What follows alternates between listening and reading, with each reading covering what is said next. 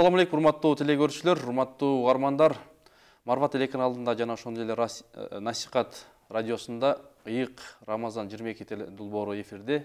Сиздердин кызматыңыздарда мен Темирлан Акматов. Кудай таала орозоңузду кабыл кылсын.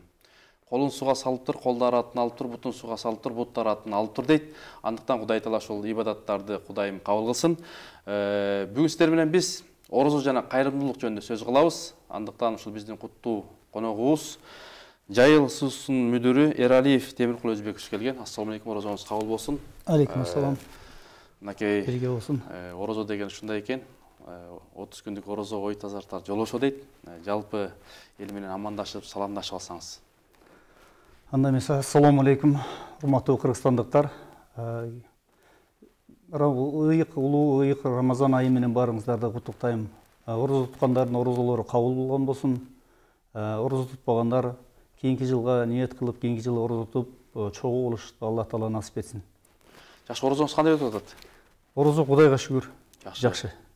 Кызматкерлериңиз кыйналбай элеби? Кандай иштен экени? 100дөн ашык кызматкер бар экенин билебиз. 250дөн ашык биздин ошол жарандарыбыз, апалар, эжелер жашайт. Кандай өтүп атат аларда? Бизде ошо Жайыл социалдык психоневрологиялык социалдык стационардык мекемесинде 250 ден соолугу мүмкүнчүлүгү чектелген аялдар жашайт да. Ал жерде 18 жаштан өмүрүнүн аягына чейин ошол жерде жашайт. Бул биздики жанагы дарылоочу жай эмес, бул социалдык мекеме, жашоочу жай да. Бул жерде биз аларга кызмат көрсөтөбүз. Ал жерде аларды карап иштеген жана техникалык персонал деп коет, младший обслуживающий персонал деп коет. Ошонун баары биригип 90 сотрудник, дагы еще подсобное хозяйство 6 сотрудник бар. Бардыгы 96. Жакшы. Эми бул ай өзү мерим айы дейт. Жомарт берешендиктин айы дейт, кайрымдуулуктун айы дейт. Анан ушул айда өзгөчө негизден эле ошол сиздердин мекемеге жалпы ошол кайсыл улуттун өкүлдөрү көп жардам берет? Кимдер алар? Бизге кыргыз улуту да, орус улутунан дагы жардам беришет. Анан мисалы арабский фонддор бар бизде. Мисалы Ассафа, Салам, Ихсан Хайрия, ошол сыяктуу фонддор жардам берип турат. Андан тышкары жеке ишкерлер болуп калат, кээде базарда иштеген мындай биздин жеке жөнөкөй жарандар жардам берет да. Анан бир байкаганым ушул мындай экен да. Колунда бар абдан мындай байлар, бай кишилер көп мындайга же бизге көрүнбөйбү? Мен мисалы өзүм мындай тажрыйбамда да байкаган жокмун да. Көбүн эсе орточо эле же болсо жупуна жашаган адамдарына тескерисинче ушулар жардам берет да. Кээ бирде чогулушуп жардам бергендер болот. Тилекке каршы биздин ойлоп коем ошо Алла таала бир берген байлыгынан жана айтылат го, ар бир силерге берген байлыкта жанагы кедейген багалдын, жетир жесимдин акысы бар дегендей. Ошол сыяктуу айтып ошо чакырып кетет элем, ошо колунда бар адамдар эгер көбүнчө ошолор кайрымдуулук кылса өздөрүнө жакшы болот эле. Анткени Алла таала айтып атат, Кудай өзүнүн эмесинде айтып атат, силерге ушул орозо айында эң берекелүү ай. Биз берекелүү айда көп сооп иштерди кылып, кайрымдуулуктар көп кылсак, ошо кайрымдуулук кылган кишинин өзүнө жакшы болмок да, эң биринчи өзүнө. Ошо мен чакырып кетет элем. Колунда бар кишилер, мүмкүнчүлүгү бар кишилер жардам берсе, анда жакшыраак болмок. Бул кандай десем бир орусча айтканда ощутимыйраак болмок да. Кудай буюрса ушул нерсеге баратат окшойт биздин элдерибиз. Баягы Тобулбул Токтогул атабыз дагы берешен жомарт болгон экен. Анан эми негизинен ошол бул айда өтө мындай сооп ала турган айлар, анан кайрымдуулуктар эселеп, балким 10 эсе, 100 эселей турган учур. Анан биз билебиз, ушул баягы балким араб бир туугандарыбыз, түрк бир туугандар суу чыгарып бергендерин билебиз. Анан негизи эле булар сооп издеп келип атат да. Деңиздин ар жагынан, бер жагынан. Анан биздин элибиз да ойгонуп, сооптун даамын билишти. Кайрымдуулук эме экенин билишти. Пандемия негизинен көп нерселерди үйрөттү. Анан ушуга дагы мындай студенттер дагы баргандарын билебиз, сиздерге мындай. Ал жагынан туура, сиз айткан туура да. Мисалы, жөн эле бир студент кыз апасы менен келип көрүп кетип, бизде менде телефону бар, ошол кишинин сүйлөшүп турабыз кээде. Айжамал деген бизде бир студент кыз. Негизи бизде баягы мүмкүнчүлүгү чектелген жана ден соолугу чектелген жарандарды видеого тартып интернетке статус барактарга чыгарган болбойт өзү. Негизи ушундай, анткени этикалык себептерден да, эми бизде психоневрологиялык болгондон кийин анан ал бирок ошо биз аны көрсөтүп тааныштырып ушундай деп көрсөтүп эметкенде ал байкатпай тартып алган экен. Анан мага айтпай эле өзү оюнда жакшы ой менен эле ушу жардам кылайын ушуларга бир нерсе алып берейин деп могу соц тармакка чыгарып жүргөн экен. Менин билишимче Инстаграмга болсо керек. Анан эле ошондой ызычуу болуп кетти. Мен билип калып анан алып койгула болбойт мындай. Биздин законубуз боюнча уруксат эмес мындай.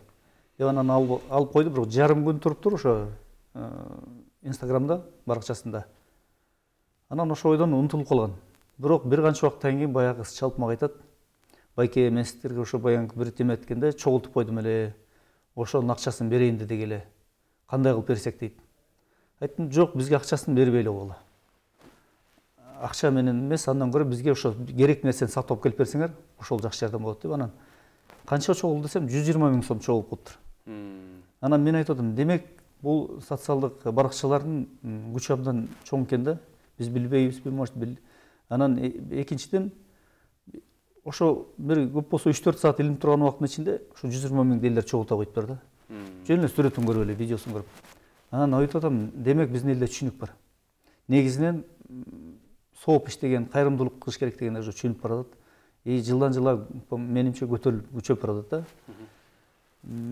Укканымча мисалы батыш өлкөлөрү, Европада Америкада мисалы кайрымдуулукка элдер абдан берилип кылышат экен да. Анан мусулман өлкөлөрүн тескерисинче артта калып калыптырбыз. Хотя биздин динибиз кайрымдуулук кылга деп чакырат, кайрымдуулукка чакырат. Өзгөчө ороз айында. Өзгөчө ороз айында көп кылыш керек. Анан эми ошол эмеден бир эле жолку эмеден мен байкап калдым да, ошо бир жолку мисалдан эле ошо 3-4 сааттын ичинде 120 миң чогулуптур. Баягы бизге биринчи этаж корпусунда линолеум полностью алмаштырып берди. Болгону жакшы, сапаттуу мына офисный деп коет экен, бекем линолеум алмаштырып, анан калган бир 22 миңине бир суюк май алып келип берди биздин ашканабызга. Чоң жардам да бул эми.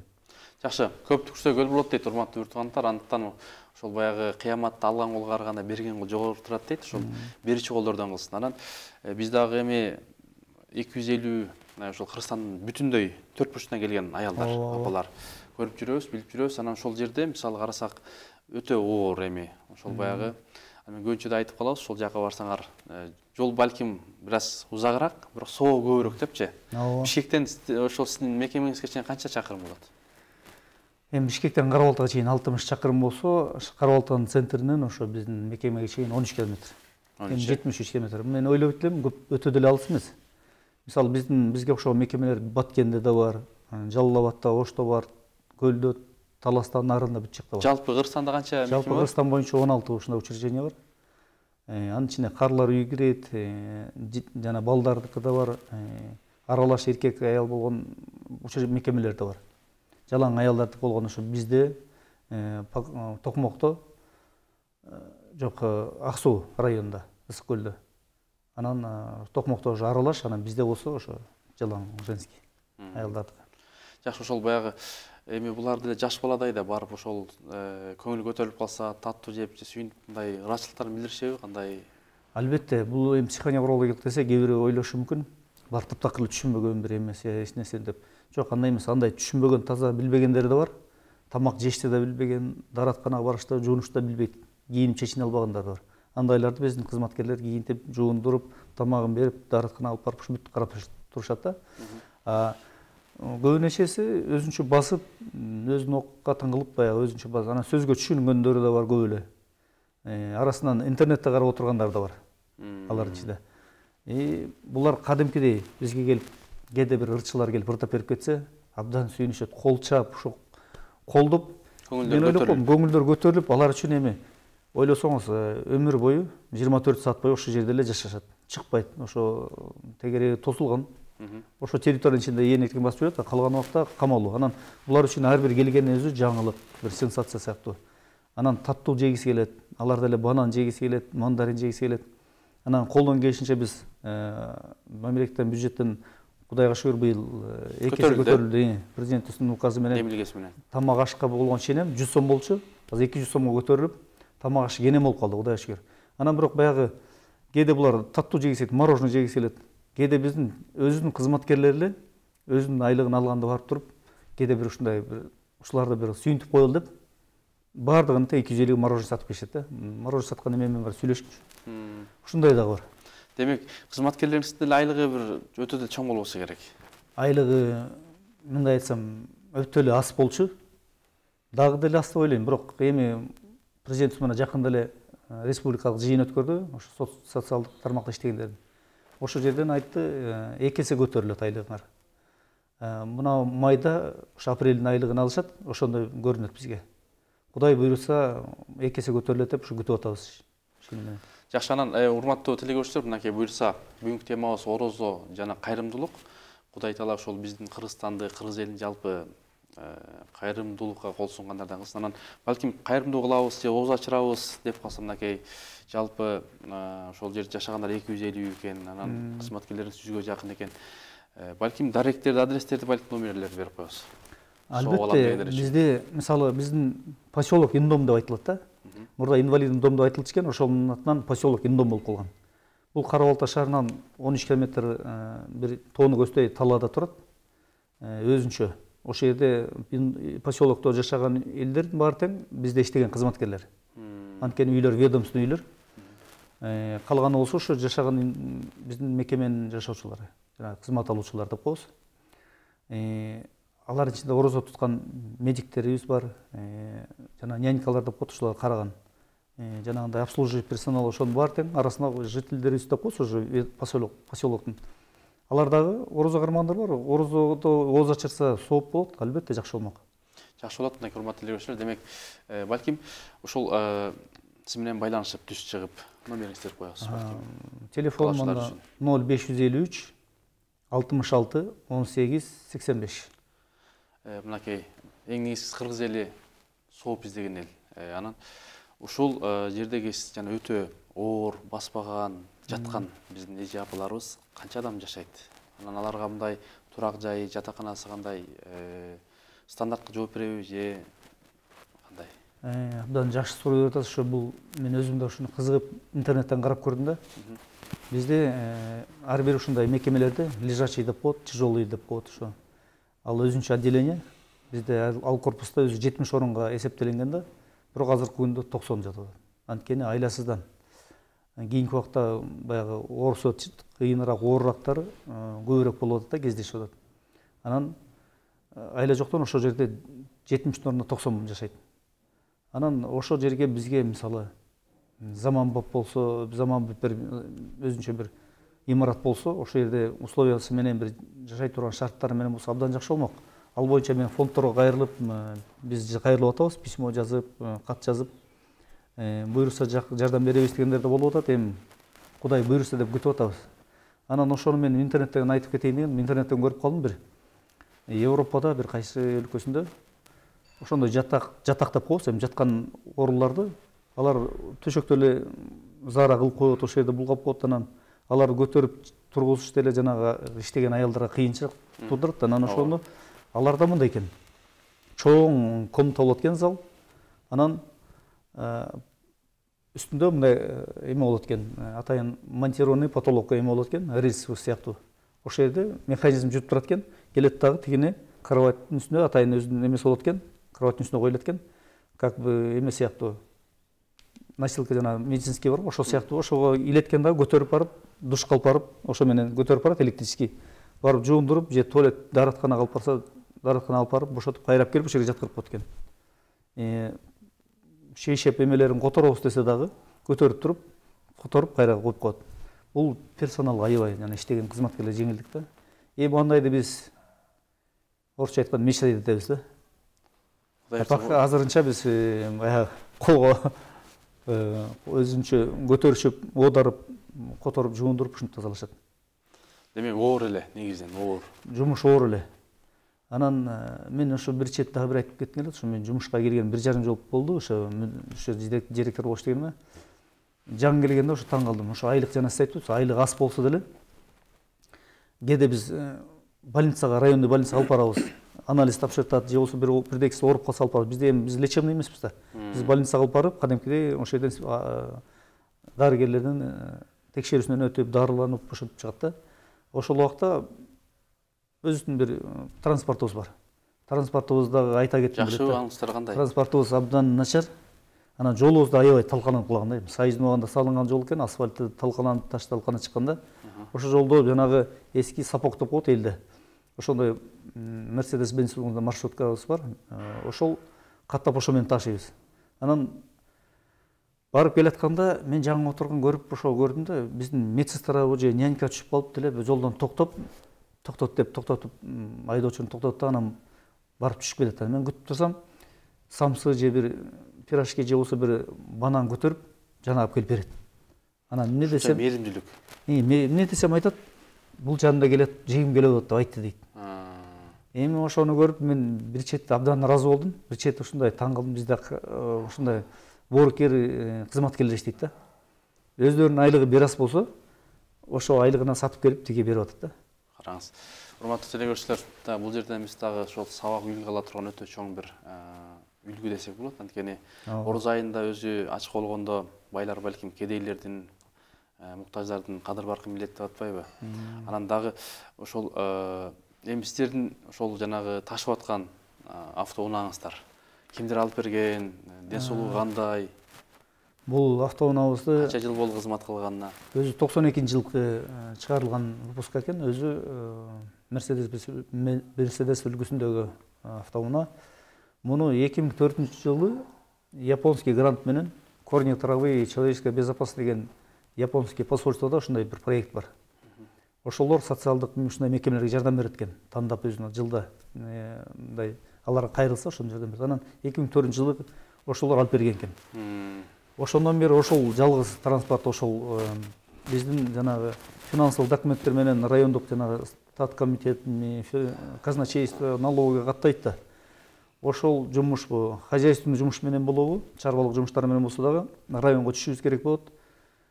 Бир гана ошол жалгыз транспортубуз каттайт, анын абалы өбүттөн начар. Бир күн соору, бир күн соо дегендей да.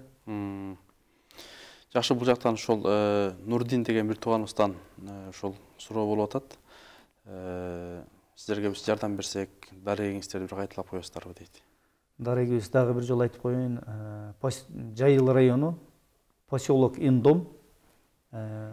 Поселок Индом деселе ошол жерде биздин жалгыз жападан жалгыз мекеме биздики. Караколто шаарынан 13 километр тоону көздөй аралыкта турат. Телефонубуз болсо 0553 66 18 85. Жакшы, анан ошол эми аларды баягы эмгек менен дагы не кылыш керек да, баягы сиздерде бир көнүгүүлөр болсо керек. Анан ошол эмгек, айыл чарба, ошол же болбосо мал чарба кандай иштер жасайсыздар? Албетте, бизде подсобный хозяйство дейт, эми кыргызча көмөкчү чарба. Ал жерде биздин 10 чакты саан уюбуз бар, бир 2 атыбыз бар, анан айдоо жерлерибиз бар, бир аз коробуздун ичинде алма багыбыз бар. Анан бизде бул ошо кызмат алуучуларды майыптарды азыр айтпайбыз, ден соолугунун мүмкүнчүлүгү чектелген адамдар дейбиз. Аларга өзү күнүнө 2 саат трудотерапия деген бар. Эми бул мурдактан ошондой коюлган экен. Бул дагы бекеринен коюлбаса керек. Бул союздун убагында эле ден соолук үчүн. Анткени тамак ашында эле сиңирип, кыймыл аракет болуш керек, кан жүгүрүш керек дегендей. Бул 2 саат трудотерапия бар. Андан башка физкультура ойношот, топ ойношот. Анан кийин музыкальный эмебиз бар, кабинет. Эрден пианиносы бар, ырдашат, караоке ырдашат. Анан сүрөт тартам деген сүрөт тартат, жазам дегендер жазып, ошондой. Алар менен заниматься эткен атайын биздин эмебиз бар, кызматкерибиз. Анан ошо күнүнө 2 саат трудотерапия деген бар. Ошондо биз өзүбүз бир аз огород айдайбыз. Ал жерде өзүбүздүккө жайы менен помидор, бадыраң, калемпир, укроп дегендерди айдап алабыз. Быйыл буюрса андан дагы кичине көбөйтөлү деп атабыз. Айдап аянтыбыз да көбөйтүп. Анан ошого албетте техника, бир тракторубуз бар, эски абдан. Ал жагынан бизде өзү ошо көмөкчү чарбанын ичинде мал кармаган жерде баягы чөп сактаган сеновал деп коет. Ошол жерлерибиз, сарайлар эскирген экен. Эми жасалган жумуштар абдан көп да. Анан Кудай буйруса четинен быйыл баштайлы деп атабыз. Быйыл сыйнап ал эми жеңилирээк күчүбүз ошого жетет кудап турабыз. Ошону оңдосок. Өткөндө дагы ошол сөзүңүз оозуңузда ошол Абдулла Ташевич, анан жана ошол Иман Нур партиясынан дагы Венера эже депутаттарыбыз бар деле. Ошол баягы алба отургузуу боюнча ошолор кандай демилге кылып атат? Бизге ошо Иман Нур партиясынын депутаты Венера эже барган. Андан башка дагы Абдулла Ташевич деген биздин жеке ишкер экен. Кыргызстанда белгилүү болуп калыптыр. Ошолор келди. Анан биз өзүбүздүн ойду айттык. Биз ушул жерге алма бак тиксек дедик эле. Биз өзүбүз менен мисалы жашылча жемиш менен кичине эме кылып атабыз, камсыз кылып атабыз. Эми алма менен дагы алма, алмурут жемиштерди өстүрсөк, алма бактарды же анан черешня вышыл. Андай айдоо жерибиз да бар. Сугарганга капельный кылсак андай ыңгайлуу жол шарттарыбыз да бар. Бизге ошо айдоо аянтты, айдай турган аянтты тазалап, даярдап, аерде искусственный андай мындай эмелер бар эле, ошолорду тазалап, андан башка көчөт алып, жана капельный системаны орнотуп, ошолор алганга бизге бир спонсор болсо, кайрымдуулук иретинде жардам берсе, абдан жакшы болмок. Биздин кызмат алуучуларга да жакшы болмок. Анткени ошол жерден барып, алар бир жумушту берсе, ушундай так аткарышып, анан майын чыгарып, анан кызыгып, башка бирөөнү жолукпай кызыганып иштешет да ошо. Сен ошону кыласың, сен ошо деп дайындап койсо, бул меники деп ошол жерде өзүнүкү деп иштейт да. Так аткарып, майын чыгарып ошондой да. Баягы жалкоолук кылып, качып тигип кылышпайт. 1-2 саат иштегенге абдан ыраазычылык менен эле иштешет да. Жакшы, урматтуу телекөрүүчүлөр, анткени мынакей быйыл президентибиздин дагы демилгеси ушул жашыл мурас деп, Иман Нур партиясында ушу Жашыл Кыргызстан деген демилгеси, бир адамдан бир көчөт деген иш аракеттер жүрүп атат. Балким көптү көрсөгөлү болот, барып көчөттөрдү отургузуп, зыярат кылганча көрүп, амандашып, сурашып келсек дагы чоң сооп болот деген ойдобуз. Анан ошол жерде сөзүңүздүн башында да айттыңыз, көз жумуп калган биздин бир туугандар, жарандарыбыз. Алар кандай болот? Бизде ооруп эми кээ бирөө жашы менен, жашы 83, ушундай улуусу 83-төрдө. Анан каза болот ар кандай себептер менен. Оорогон, каза болгондо биз сөзсүз биринчи туугандары болсо, жакындары болсо, аларга кабарлайбыз.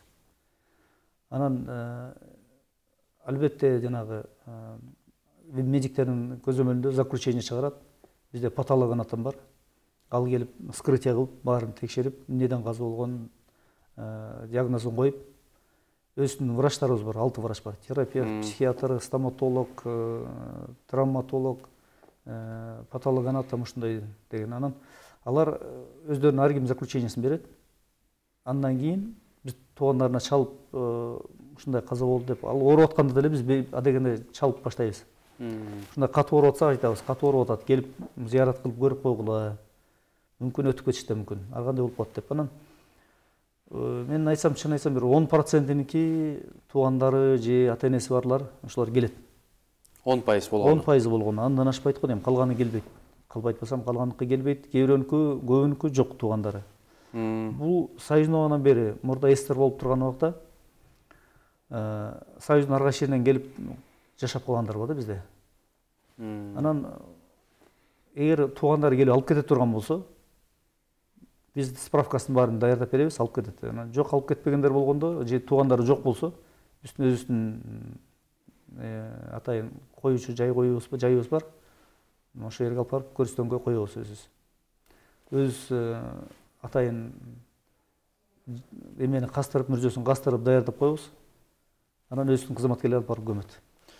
Ушундай экен, тагдырдын бул дагы сыноосу, балким тагдырга жазылса качап кутула албайсың, бирок өкүнүчтүүсү ошол тилекке каршы биздин илгерки кыргыз уюткулуу кыргыз журту сөөгүн таштаган эмес. Анан эми 10% деп атпайбыз, бул эми аз. Анан ошол мага кызык болуп атат, ошол жерде жашаган биздин жарандарыбыз канча пайызы мусулмандар? Жарым, тең жарымы мусулмандар да. Эми кыргыздар, өзбек, уйгур, анан эми көбүнө чечилсе кыргыздар. Калганы христиан улутундагылар. Анан сиз айткандай чын эле өкүнүчтүүсү. Кээде ушундай да учурлар болгон. Туугандары бар туруп эле алып кетпей биз көмгөн учурлар болгон да. Өзүңүздөр. А ушу көмгөндө ады эле расходто кандай көмөсүздөр? Жаназасы ким окуйт? Бизге бул бюджеттен каралган. Ошо бирок эми мисалы мусулманча көмгөндө аларды баягы кепин корош керек. Андай материалга биз жок, бизде жанагы жерибиз таштак жер да абдан. Ошондуктан биз ящик гроб сыяктуу кылып жасап туруп эле ошого салып анан көмөбүз, анткени үстүнөн таш баспасын деп. Анан былтыркы жылы бизде Кара Балтадагы Ылдыйкы мечит деп коет, Мал базар жакта. Ошол жакта мечиттин имамы келип бизге кепинге силер мына берели деп бир рулон ак материал таштап кетти. Андан башка Кара Балта шаарынын ошо центральный мечиттин имамы Нурдан казы бизге балдарын жиберебиз деди. Эгер мусулман кызы болуп калса болсо жаназасын окуп бергенге кайрылгыла деди. Ошонун телефонун алып, эми Кудай сактасын андай болбой эле койсун, эгер болчу болсо ошол жака кайрылганга бизге мүмкүнчүлүк бар да.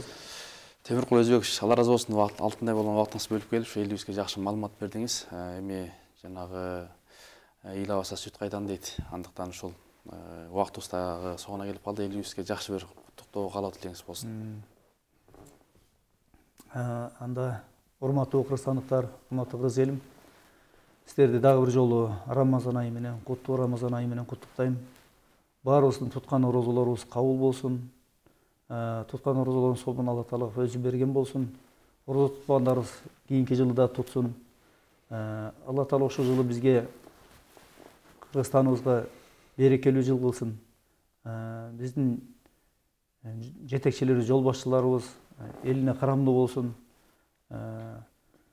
Наны болсун, мөркөбүздө тынчтык болсун, Кыргызстаныбыз өнүгүп өскөн, башка мамлекеттерге жардам бере турган, жардам сурабай жардам бере турган мамлекеттердин болсун деп Кудайдан тилейбиз. Алла разы болсун барыңыздарга. Сизге да.